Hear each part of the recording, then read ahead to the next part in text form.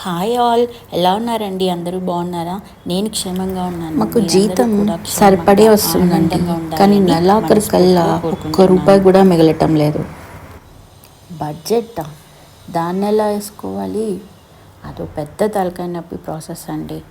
దాన్నంతా మేము ఫాలో అవ్వలేము అనుకునే వాళ్ళకి, లేదా బడ్జెట్ వేసుకునేదానికి స్టార్ట్ చేసినా కొద్ది రోజులకి మనకు ఏం వేసుకుంటాం ఇంక ఈ బడ్జెట్ అని ఆపేస్తాం కదా. 2 మన నెలలకు 3 ఇంటి నెలలకు. ఖర్చుల్ని ట్రాక్ అలా చేయడానికి ఒక కాకుండా సింపుల్ ఫార్ములా ఏదైనా ఉందా అంటే ఎస్ అండి, ఖచ్చితంగా ఉంది.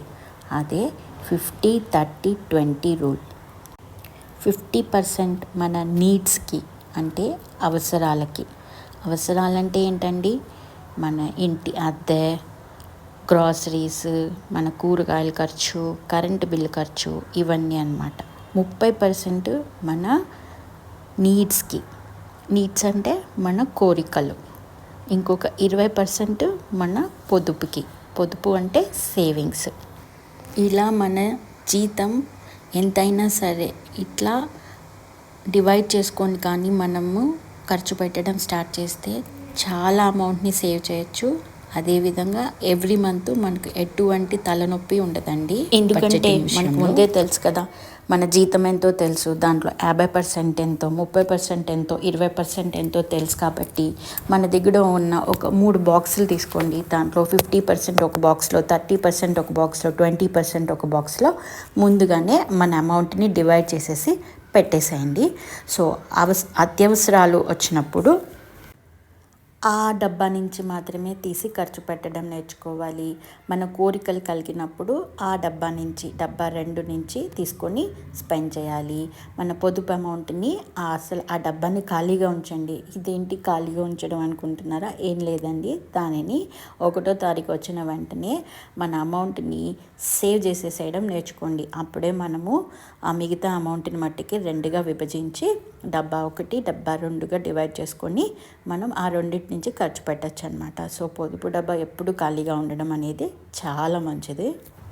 అత్యవసరాలు అంటే మనం ఇవి లేకపోతే మనం బతకలేము అనుకునేవి. అంటే మన ఇంటి అద్దె, మనకు కావలసిన కూరగాయలు, ఆ నెలకి సరిపడా సరుకులు, తర్వాత మన ఇన్సూరెన్స్ కూడా అండి. అది హెల్త్ ఇన్సూరెన్స్ అనేది చాలా ఇంపార్టెంట్. హెల్త్ ఇన్సూరెన్స్ కూడా మనకు అత్యవసరాల కిందకే వస్తుంది అని నా అభిప్రాయం. మన కోరికలు అంటే వాంట్స్ అంటే ఏంటంటే మనం రెస్టారెంట్స్కి వెళ్ళి ఫుడ్ ఆర్డర్ చేయడం కానీ, మూవీస్కి వెళ్ళడము, షాపింగ్ చేయడము, ఇవన్నీ మన కోరికల కిందకి వస్తాయన్నమాట. ఒకవేళ ఎవరికైనా ఈ అవసరాలకి కోరిక తేడా కానీ తెలియకపోతే ఒక్కసారి కళ్ళు మూసుకొని ఓకే, ఈ వస్తువు లేకపోతే ఈ పని మనం చేయకపోతేనో మనకు ఈ నెల గడుస్తుందా అనేది ఆలోచించండి. అవును, గడుస్తుంది అనుకుంటే అది మీ కోరికే అవుతుంది. ఒకవేళ గడవట్లేదు అంటే అది మీ అవసరాల కిందకి వస్తుంది. ఇలా మనం సింపుల్గా మన అవసరాలు, కోరికలని డిఫరెన్షియేట్ చేసుకోవచ్చు అనమాట. అంటే సపరేట్ చేసుకోవచ్చు, ఏది అవసరము ఏది కోరిక అనేది ఈజీగా మనం ఫైండ్ అవుట్ చేయడానికి ఉంటుందన్నమాట. ఇకపోతే 20% మన పొదుపు కిందకి వెళ్తుంది. పొదుపు అనేది మనము ఆర్డీ చేసుకోవచ్చు, ఎఫ్డీ చేసుకోవచ్చు, గోల్డ్ కొనుక్కోవచ్చు, లేదా మ్యూచువల్ ఫండ్స్లో ఇన్వెస్ట్ చేసుకోవచ్చు. ఒకవేళ మనకు పిల్లలు కానీ ఉన్నట్టయితే వాళ్ళ పేరు పైన మనకు సంవత్సరానికి ఎంత ఫీజు అనేది తెలుస్తుంది. కాబట్టి ఆ ఫీజుని మనము 12 నెలలతో డివైడ్ చేసి నెలకి ఎంత ఆర్డీ చేస్తే మనకు అది హెల్ప్ అవుతుంది అని చూసుకొని అంత అమౌంట్ని మీరు నెల ఆర్డీ చేసేసేయండి.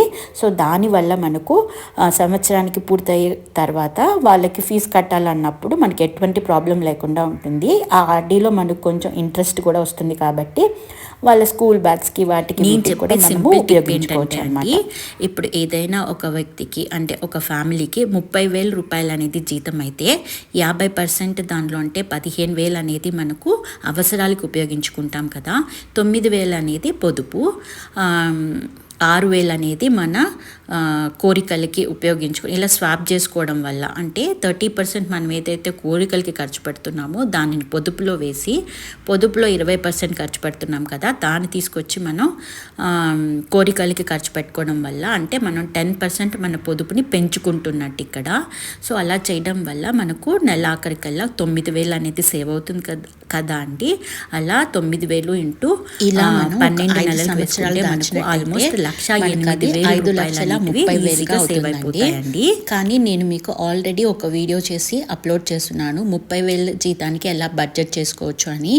దాంట్లో నేను మీతో 5 సంవత్సరాల్లో 7 లక్షలు ఎలా సంపాదించవచ్చు అంటే ఎంత సేవ్ చేసుకోవచ్చు 30,000 జీతం వచ్చే వాళ్ళకే వేశానండి. ఒకసారి ఆ వీడియో చూడండి, మీకు ఒక మంచి ఐడియా వస్తుంది. సో ఈ 5 లక్షలు 30,000గా కాకుండా మనం 7 లక్షలుగా సేవ్ చేసుకునేదానికి ఉపయోగపడుతుంది. ఆ 7 లక్షల్ని మనం ఏదో ఒక మన భవిష్యత్ అవసరాలకి ఒక పెద్ద అమౌంట్గా ఉపయోగించుకోవచ్చు. ఇలా మనం ఈ రూల్ని మన బడ్జెటింగ్ సిస్టంలో యూజ్ చేసుకొని సేవింగ్స్ని చాలా బాగా పెంచుకోవచ్చండి. ఇంకా నేను మన ఛానల్లో మంచి saving tips and investment tips ఇస్తానండి. మీలో ఎవరైనా ఇంట్రెస్టెడ్గా ఉంటే ఒకసారి నా ఛానల్ని చెక్అవుట్ చేయండి. అండ్ మీకు కానీ ఈ వీడియో కానీ నచ్చినట్టయితే, కొంచెమైనా యూస్ఫుల్గా ఉంది అనిపించినట్టయితే ప్లీజ్ అండి like and subscribe to my channel. Okay అండి, ఉంటాం మరి.